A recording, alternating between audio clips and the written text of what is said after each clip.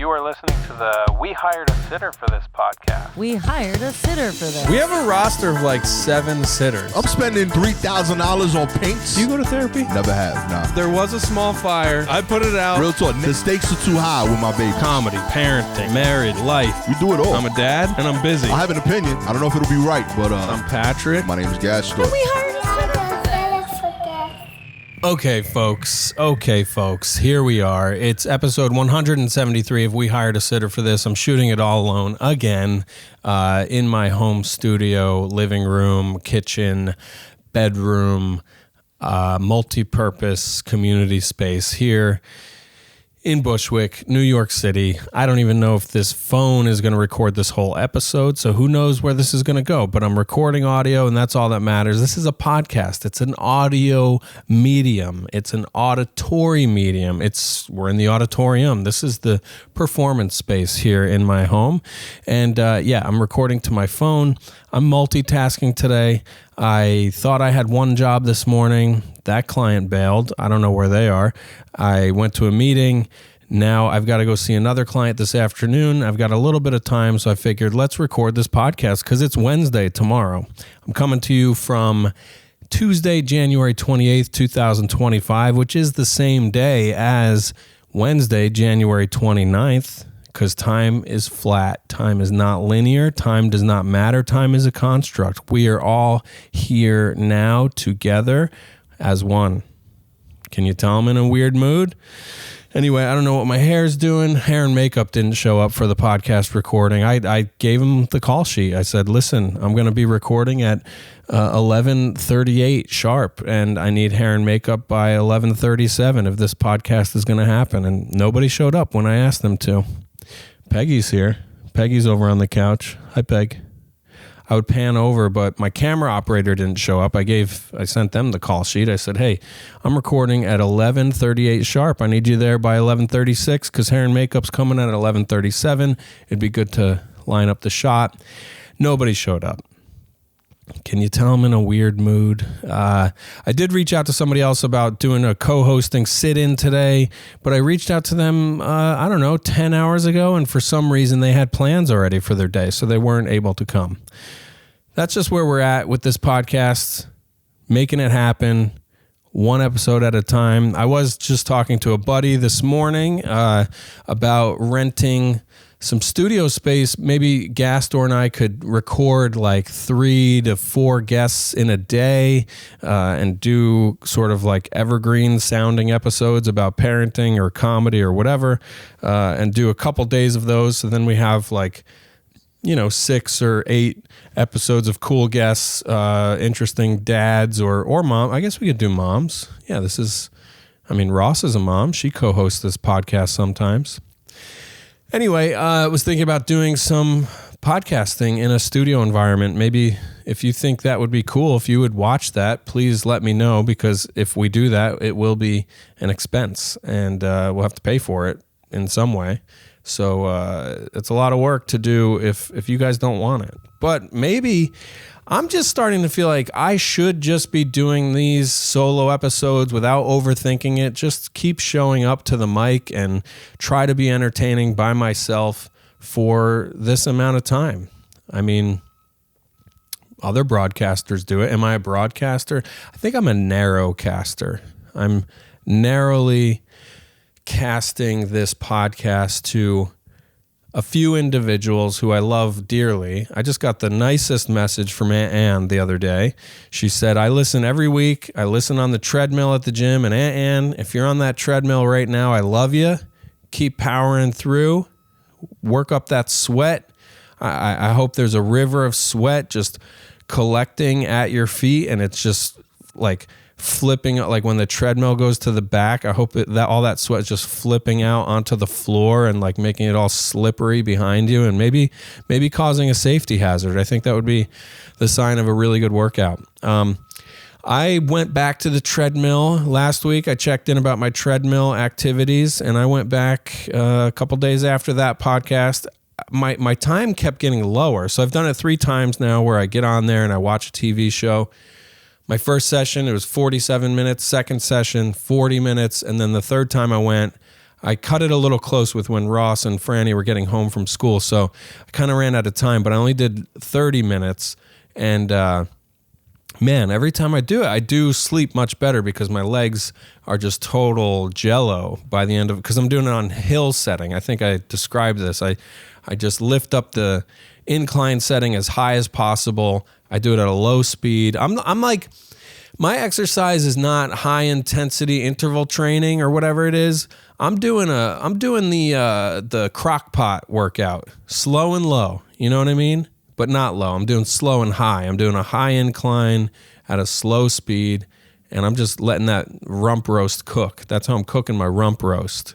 And it's going to be juicy by the end of it. The meat's going to fall off the bone. I don't know how to do this metaphor with exercise, because I think with exercise, you want hard muscles that are not tight, though. You don't want tight and hard, because tight, you want to stretch so that they're flexible, you know? So like hard and flexible. That's the setting I got to put on my crock pot. I was DMing with my old friend Pat V yesterday about the sweets addiction. We were what is that word when you're commiserating a little bit by Instagram direct message about how I've got this pot belly I've had since I'm 9 years old. This is a bit specifically for Ross. We love Grill Guy on Instagram. Do you guys like Grill Guy? He's so funny. That Italian-American thing of how you say, I've been doing this thing since I'm 9 years old. I live in the neighborhood since I'm 4 years old. I'm in this neighborhood since I'm 0 years old. Peggy's over here sleeping since she's 3 years old. Since I'm 6 years old, I've been coming over here. Since I'm like 8 or 9 is probably when I realized, I have this like little belly. And back then it was baby fat. And I'm now a 43-year-old man who I'm just constantly thinking like, man, I wish I could get rid of this baby fat. And it's my sugar addiction. You know, every time I wrangle the sugar under control a little bit, it goes away a little bit. I'll never have abs. I'm not interested in abs. That's fine. I don't care. I don't need to sculpt my body, but I would like to look less paunchy. Paunchy, I think, is the word. So yeah, we were talking about sweets. Where am I going? What am I talking about? Anyway, you're here. I'm here. I guess I'll just catch you all up on what's been going on. Shout out to the play places of New York City. Thank God they exist. We went to the place in Greenpoint, Brooklyn. It's like a ninja warrior obstacle course parkour gym. It used to be, it's this glassed-in building. It's on Franklin Avenue, and it used to be for like events, like public, I think like conferences. It's like a mini Javits Center in Brooklyn. It's like takes up a half a city block or whatever. And they used to do like a holiday market there. I think they did car shows for a while, but it's small. It's like, I don't know, like the size of a football field or two. But somebody bought it and they put in all these crazy ramps and obstacles and all this cool stuff and trampolines. There's a whole trampoline section. I brought Franny there last winter one day, and the problem is it's expensive. It's like $40 or $35, but if you go on Groupon, you can get a ticket for like $29. And I discovered in the fine print this weekend that one adult can get in free with the kid if you go for either the 11 or 12 session in the morning time. So the three of us went. We paid a Groupon double ticket, and then one of us got in free, and we had this great time. But I will say it's like definitely a germ pit in these places. Speaking of germs, not speaking of germs. Yeah, we're still recording. I might check this every few minutes because I'm recording this on my own, and my camera operator's not here. My assistant director, they were fired years ago. I had to let them go. There was some office politics stuff. It was sex related. It was it was ugly. I had to fire that person. Anyway, we went to the Greenpoint play place, and Franny just loves this place. She goes nuts.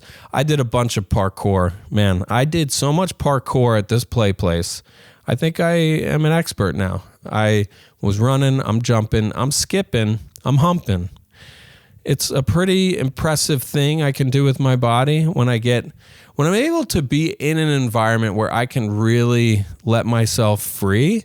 That's when I feel in touch with my body the most. So that was super fun, and Franny had a good time, and she was jumping in the foam pit. I'm looking at these foam cubes. They haven't been replaced since 1989, and there are molecules of norovirus that have just been simmering for weeks now, and I'm sure she ate some of them, but the kid was having fun. She's flying, she's cruising, she's running, she's jumping. We're all getting into it, and that was great.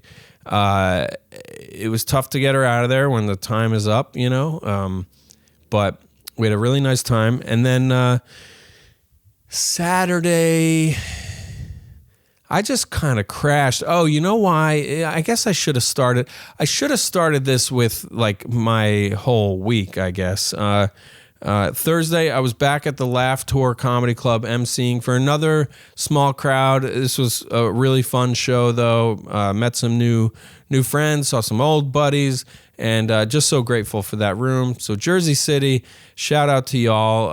I hope I'll be there more often, but it's looking like it's about once or twice a month he's got me working out there, and that was pretty fun. But Friday night was the surprise gig of my week. I get a text from Jeff McBride, old buddy of mine. I think he moved to New York around when I started comedy. So in my first couple of years of comedy, we were on the same open mic circuit. And around 2017, I think it was right after Ross and I got married, we started co-producing the show together, and it was his whole crowd would come out, and his crowd, Jeff is like a Burning Man person. He goes to Burning Man every year. He's really hooked into that community. It's such an interesting scene, and this show we were doing for a couple years there on the Lower East Side was it was all the burners would come out, and I started doing all this material about my sex life and things going on in me and Ross's marriage, and it was always like a show where I knew I could kind of push the envelope and get really honest and open up about all this stuff, and I've always been grateful for them. And so he hit me up earlier this week and said, hey, my buddy is doing a fundraiser show for this Burning Man group. They're building up money to I think they were raising it for multiple reasons, but anyway, it was this cool fundraiser, and he was like, it's in your neighborhood. Would you want to MC it? And it's just an hour-long comedy show. It's you, Brett Raybold, and Caitlin Palufo. It was all booked. Everything was done. And I was like, yeah, that sounds great. I love a gig in my neighborhood on a Friday night. And so I go, and it's called the Butt Disco. And I think Butt Disco is a Burning Man group or like crew, or it's kind of like a softball league, I guess. Burning Man, everybody's got these different parties and sections of the burn that they put on these different events. I don't even understand it, to be honest, but Butt Disco, how fun is that? Show up, it's a nightclub. They've got a DJ's just blaring electronic music. I get there an hour early because I'm like, I'm a conscientious guy, and if I'm going to the Butt Disco, I want to be on time. And I get there, and it's like people are covered in glitter. There's some assless chaps. There's a lot of like neon. There's furry vests with no clothes underneath it. Like the Burning Man community is, it's like a cross section of EDM, rave culture, gay, queer culture, sex nerds, like the poly, kink communities are all intermixed. And it's like quite a scene. And yeah, I get there and like I'm just like, there's no way people are going to be interested in stopping the momentum that's about to start with this dance party to watch a comedy show. And it's in this restaurant club space called About Last Night. It's at the end of my avenue I live on, and I've been there before. I've done sets at this place when it was a Mexican restaurant that was doing like drag shows and whatever. Somebody was doing the Bushwick comedy show. My neighbor, actually, he moved out, but this guy Christian was putting on the Bushwick talent show. It was called Bushwick Talent Show, and this was tail end of the pandemic. I wasn't performing a lot at the time, and I was like, yeah, I'll do the talent show at this place.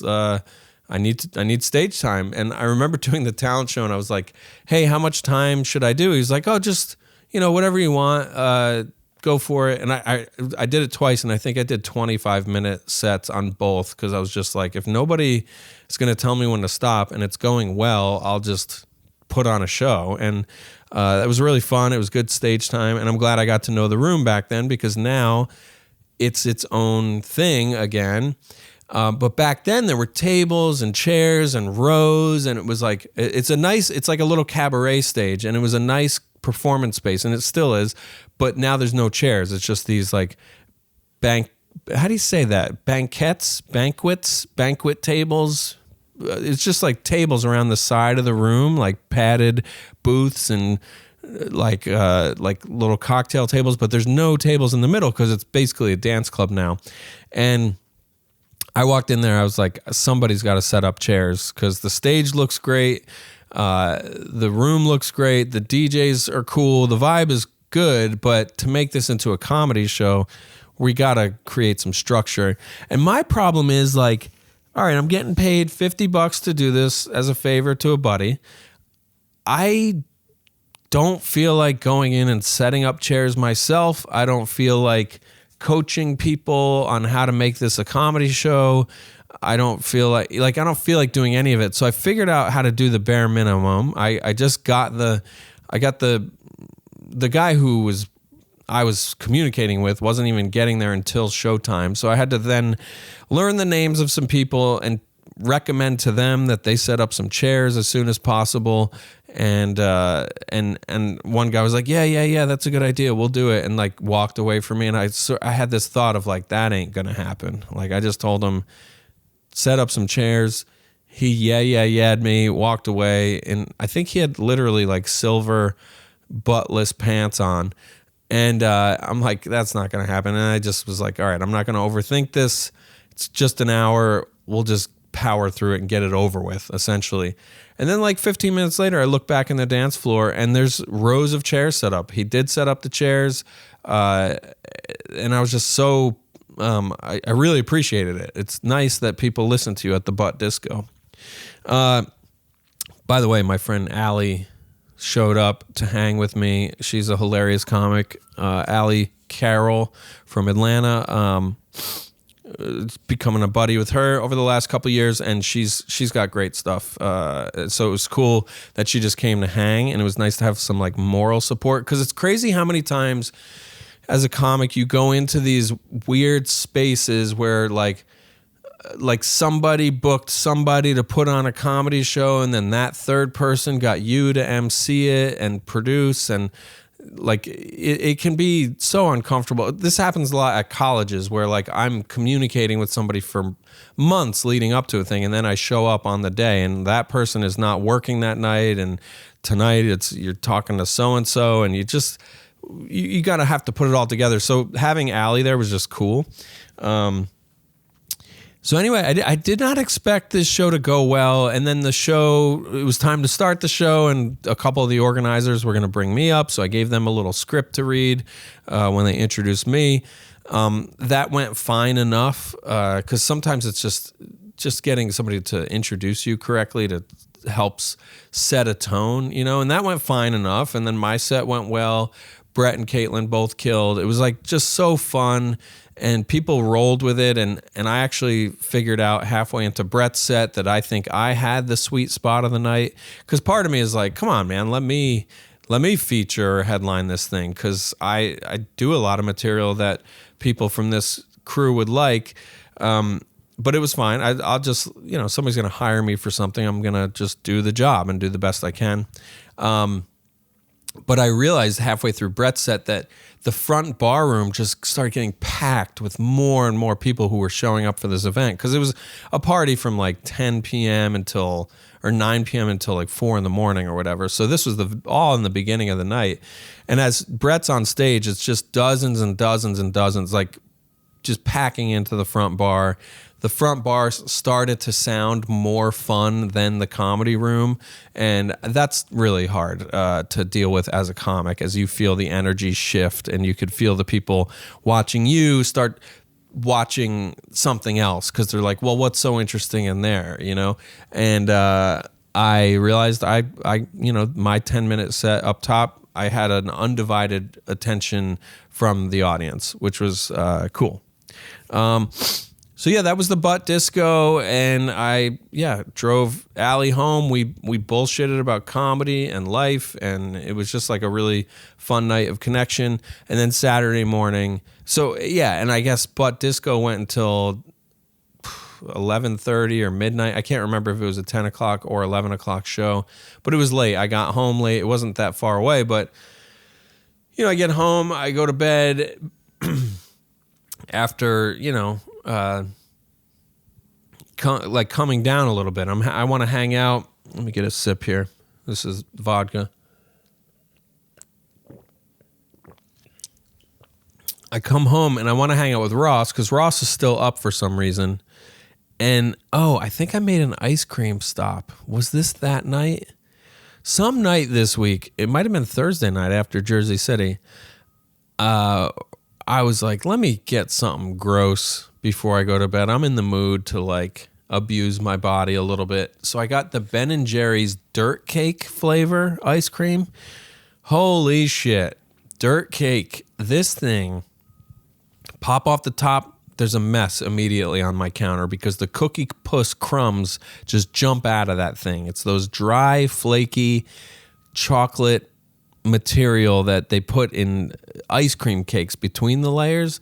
I think it's Baskin Robbins or whatever that other company is. Carvel. Yeah, I think Carvel calls it Cookie Puss. That's the name of that stuff. Anyway, the Cookie Puss goes all over the counter, and I know I'm in for a good time because this thing, it's got the Cookie Puss layer, and then it's got the pure chocolate ganache. Is that what it's called? Ganache on the top. It's like a solid layer of chocolate, and then inside it's chocolate and vanilla ice cream mixed with more. Oreo cookies are in there. It's everything you'd put in a dirt cake. It's basically sandy sugar textures mixed with ice cream, and then that huge amount of chocolate. And we thank God Ross was up, because if she was not up, I would have attempted to eat this entire pint by myself, which would have killed me. And we split this thing. It's so good. It's decadent. And then we go to bed. And about 3 hours later, and she left a bunch of the ganache for me because she didn't like it. It was too sweet for her. So of course I ate it all. Anyway, 3 hours later in the middle of the night, I wake up and I just feel what I think Josh Tatum and I used to call the chunderins. I don't know if this was a me and Josh thing or a me and Prague thing or all of us. It might have been somebody else's word, but it was the chunderins, and I'm chundering. I feel it just wanting to come up, and I leapt out of bed. This is the middle of the night. I've never gotten up so fast and so long, and I think my legs were feeling wobbly from the treadmill. I stagger out of the room, which is an obstacle course because we have a king bed and a twin-size bed in our little bedroom. So I got to weave my way out of the bedroom. I run to the bathroom. I'm convinced I'm just going to puke up pure Ben & Jerry's. I did not. It settled because I think I ripped a really solid fart and had a good long piss. And I think emptying out those parts of my body let the ice cream settle down into its dirt cake, into a dirt cake vessel of emptiness inside. And I was fine. So anyway, Saturday morning after, this is why I was describing what time I was coming home late Friday night, because the whole week, every day Franny has school, we got to get up at 6:30 or 7 o'clock. We got to get up in that window. We got to get moving to get her to school on time so that we can get to our respective jobs on time. And every day she sleeps in. She could sleep until probably 8:30 in the morning if we let her on a school day. But of course, Saturday morning, she's up at 6:30 saying, hey, I'm ready to get up. Can we go watch a movie or whatever? Can we get up is how she says it. Can we get up? I want to get up. And I'm just like, dude, it's Saturday. Let's pretend you have school today and sleep in longer. And she goes, no. So it was an unpleasant morning. I think Ross let me sleep in a little bit longer Saturday morning, but the same thing repeated itself Sunday morning. And this is it was Sunday afternoon. I totally crashed. I came home from bringing Peggy out or something. I mean, I guess I have to tell you what happened Saturday night and Sunday morning for this to all make sense, but the ending of what I'm about to say ends with me crashing at like 4:30 in the afternoon on the bed, and I just said to Ross, I'm taking a nap, and I deserted her and our child in the living room, and I went to the bedroom, and I went to sleep for what could have been a 20-hour sleep, I think. And I think that's because, so Saturday we got the Ninja Park, we got parkour, we're in Greenpoint, we're running around, and we go home. Nobody wants to nap. We thought we could probably convince her to take a nap as a family. She didn't want it. And then Saturday, late afternoon, Ross and I both have work stuff. Ross has to go to a yoga networking thing. I have shows in New Jersey. For the same guy, Jeff again booked me on. Nobody listens to this podcast. I've run into this thing where we're not supposed to say who books what shows because it kind of makes people reach out to these people too much. But either way, I have these 2 shows I'm excited about in New Jersey, and so we get the babysitter. Coco steps in. She's one of our favorite babysitters, and Jacob Williams comes here. He takes a leak. We leave together. So Saturday night, I leave from 5 p.m. and I don't get home again until 1 in the morning. 2 really fun shows in Maplewood, New Jersey, by the way. We got to perform in a karate dojo right in the little cute town of Maplewood. This place was so cool. It was this like really kooky couple who run a karate studio. They have an art studio in the back office area of this place. They've been together forever. These 2 clearly love each other, and they're just all about making art and hanging and doing cool stuff with cool people. And it really felt like I was meeting people that I would like to model my life after. And man, I gotta say, it was sort of a surreal day to start out in a ninja play place in Brooklyn and end it in a karate dojo in New Jersey. It felt like the universe was telling me to get my brown belt and maybe learn how to do some martial arts. Maybe that's how I'm gonna get in shape. But yeah, comedy in a dojo was kind of fun. We were asked to take our shoes off, which I would have liked a heads up about. But c'est la vie, because I wore my good boots. I could have just worn some slip-on sandals for the show. But those shows were so fun. I did not expect to have that much fun in Maplewood, New Jersey on a Saturday night, but both crowds were really great. I think the first crowd, there had to be 90 people in the place between all the comics and the audience. And then the second show was probably about 70 people in there. So both shows were well attended, really good crowds who were there for a good time. And we all certainly got COVID because it was hot in there. We're all breathing on each other. The front window of this place was just like dripping with people's exhalations, just moisture from inside each other's bodies and sweat and whatever the fuck is hanging in the air. It was pretty gnarly to think about, but it was worth it because everybody killed on the show. The audiences were just so fun, and I think I got some good tapes out of it. I don't know, some good clips. Trying to post more clips. I don't know if anybody's watching those. Maybe that's what people see more of. I think people watch those more than this podcast, so whatever. But yeah, I have to admit, I became a little obsessed with the sanitation of my weekend. Like the Ninja Park and then the dojo. I'm like, when am I going to get norovirus or COVID again or the flu? I feel good today. And I'm actually, after I see my client, I'm going to go get one of the jabs. I don't know which vaccine makes the most sense to get because I'm very late at this point. Should I get the COVID one or the flu one? I think I'm more scared of the flu right now. So I think I'll get the flu one. I don't want to get both because I don't want to get so beaten down. The person will probably convince me to just do both. Ross would say just do both. She's much tougher than I am, though. Oh, I should look and see if this is still recording. I don't know if it is. The audio is still recording and the video is still recording. So the shows, what else did I want to say? Because I keep thinking, I'm going to chop up my podcast episodes and use videos from my shows and make these little documentaries, but I haven't done that yet. So does that make any sense to even say out loud, Patrick? I don't think so. But this is what happens when your story producer doesn't show up. I mean, this story producer, I said, hey, call sheet is in your inbox. It says we're going to start recording at 11:38 in the morning, and I need you to be here by 11:34, okay? Because I got the camera operators and hair and makeup coming after that, so we could talk through our story points. 3 minutes should be enough time. New Jersey, Saturday night. It was fun to drive there and back with Jacob. He's an old buddy now at this point, and he's such a kooky character and an interesting man. I won't share what we chatted about because it's all off the record. Driving places with comics is so interesting because if it's not hilarious, it's like deep and sad or deep and profound or whatever. You're kind of getting into the truth of life because you're just in a car for an hour or whatever.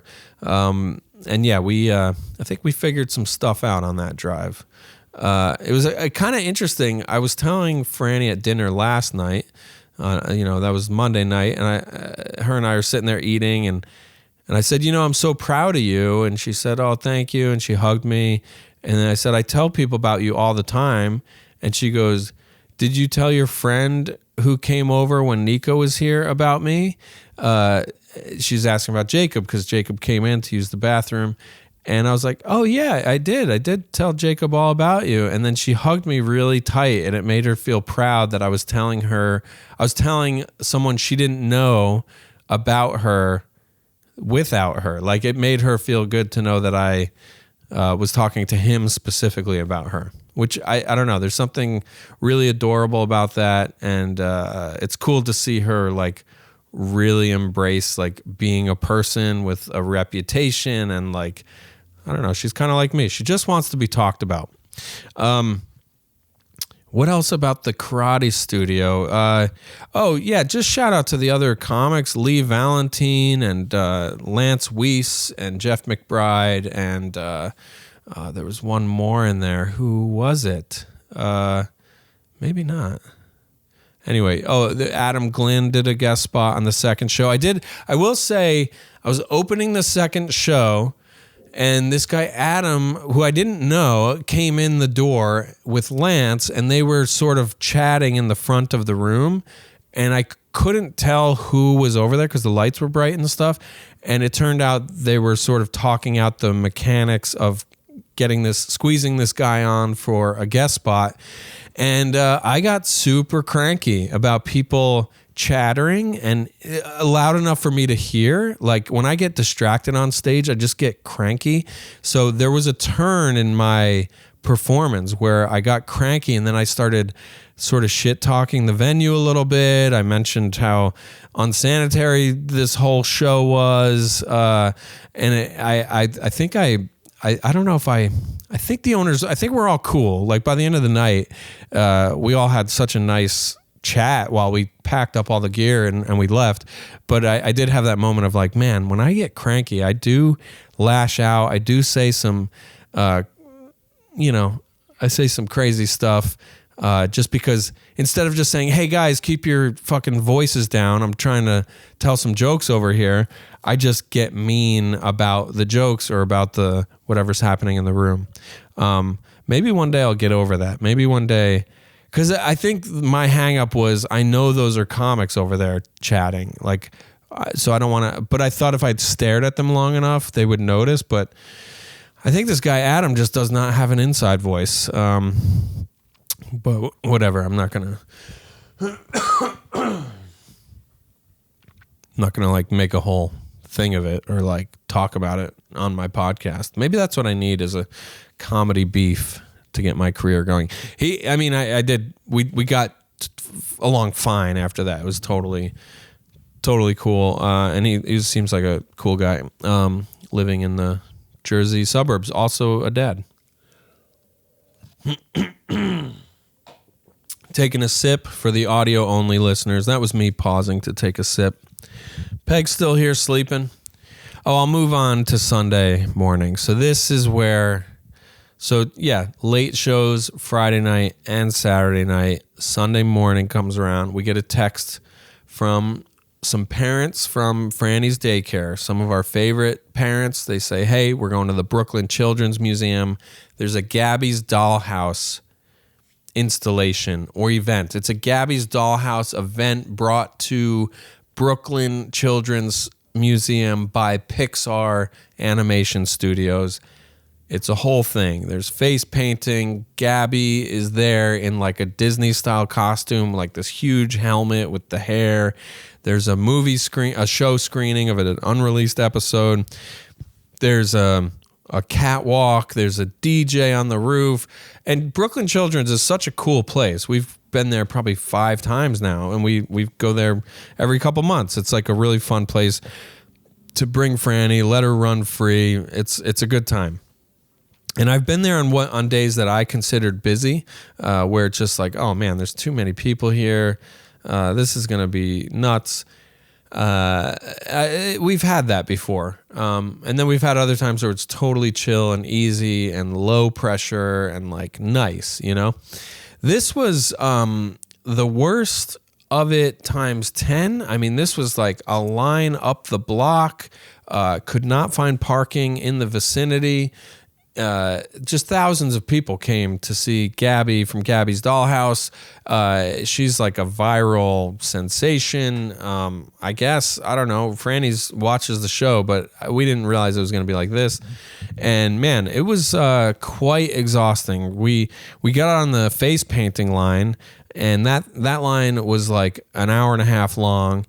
And luckily, the other parents, the dad from the other set of parents, he was up further on the line, and he's texting me and he said, hey, just sneak Franny in with me, which I had this moral quandary about. I'm like, do I really want to? I'm basically cutting the line. You know, if Franny joins him up there, that's line cutting. So I'm like spinning out about that, but Ross is like well, everybody's just like, no, it's not a big deal, who cares? And then it still took like another half an hour or longer for them to both go anyway. And we did cut the line. And I'm sorry if you were there and you were hurt. Turns out there's one person in this place painting faces for literally hundreds of kids. There's like hundreds of kids on this line. And there's one lady who's probably not even a face painter, just like some staff member who picked the shortest straw. She's stuck in there painting the faces of kids. And they both do it, and it was worth it. It was cute. But the best thing was just going up to the roof, and they got that fake ice skating rink stuff. It's like a plastic space age material where you just put on little slippy socks over your sneakers and you run around. And it was so nice. It was like probably in the upper 30 degrees, and because the insides, anywhere you were inside this place, and it's a big place, was just like sweltering with other people's sweat and exhalations. Can you tell that I think a lot about the vapors in the air that's just coming from the inside of other people's lungs? It's pretty gross. It had that vibe of like, why? Like, I kept thinking, why isn't the air conditioning on? Like, the air conditioning should be on. They should have air flowing, not like this heated air, just like that we're all stewing in it. Talk about a crock pot. We were in a crock pot of breath and sweat and probably pissy diapers everywhere. I mean, the stroller parking of this place, there was like hundreds of strollers jamming up the lobby of this place. There's definitely like overcapacity, probably a fire hazard. I mean, I'm sure there's ways to jump out windows if there's a fire, but yeah, I just spent the weekend in so many enclosed, overpacked spaces. I cannot believe, I'm probably jinxing myself. I was going to say I cannot believe I don't feel sick, but it's only Tuesday right now. And I guess many things incubate. There's an incubation period. I'll email Dr. Fauci and see if there's something I need to worry about. Or RFK. What would RFK say? I don't even know. I know he's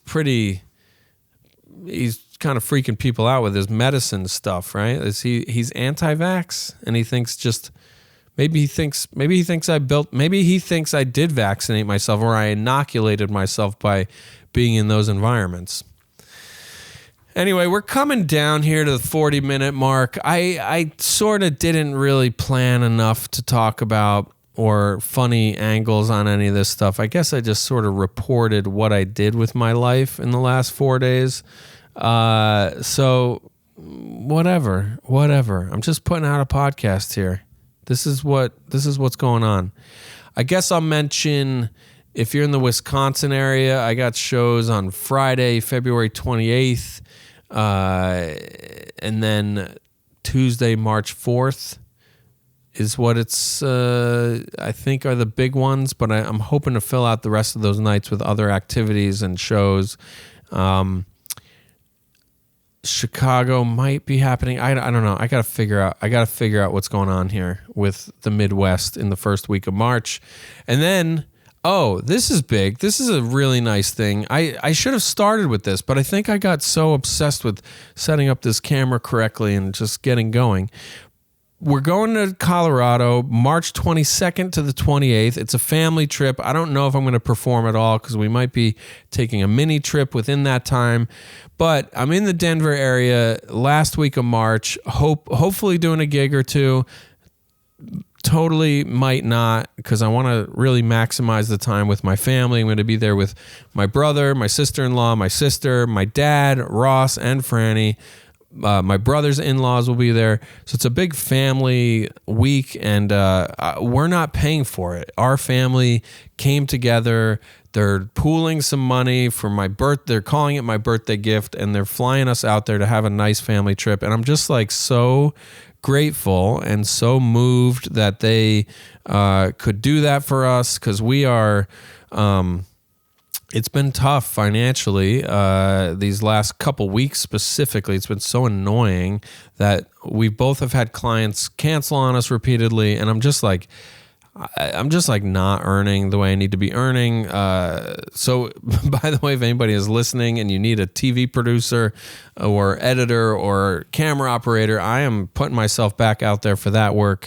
I really want to do more of that in a way that fits with my life. Like this documentary I made with Joe List, if we could just make another one right now, I would be all in, because I'm ready to rock on whatever he wants to do next, or what anybody in the comedy world wants to do, or I guess any sort of anything creatively nonfiction.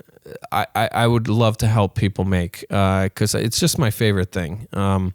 Aside from performing comedy, I just love documentary filmmaking, and this film with Joe has reconnected me with how much I would love to keep doing that on topics that matter to me or I find interesting. So that was a tangent, but I guess I want to say, since we're like not doing great with the money we're bringing in at the moment, it just means so much to me that my family pulled together to make this cool trip happen. Our dad is getting up in age, and to have this time together with the little ones, Franny's cousin and her, will be able to get to spend a lot of quality time together. I think it'll be really special. I hope. It's also, family is also always everybody's, trigger points too. So especially with our dad, it's like he can be so fun and so cool, but he can also be a little challenging to spend that kind of time with. So we will see how that goes. But I guess I want to make it very, very clear that I appreciate this gift. I'm grateful for it. It feels extremely generous and sweet, and I want to make the most of it.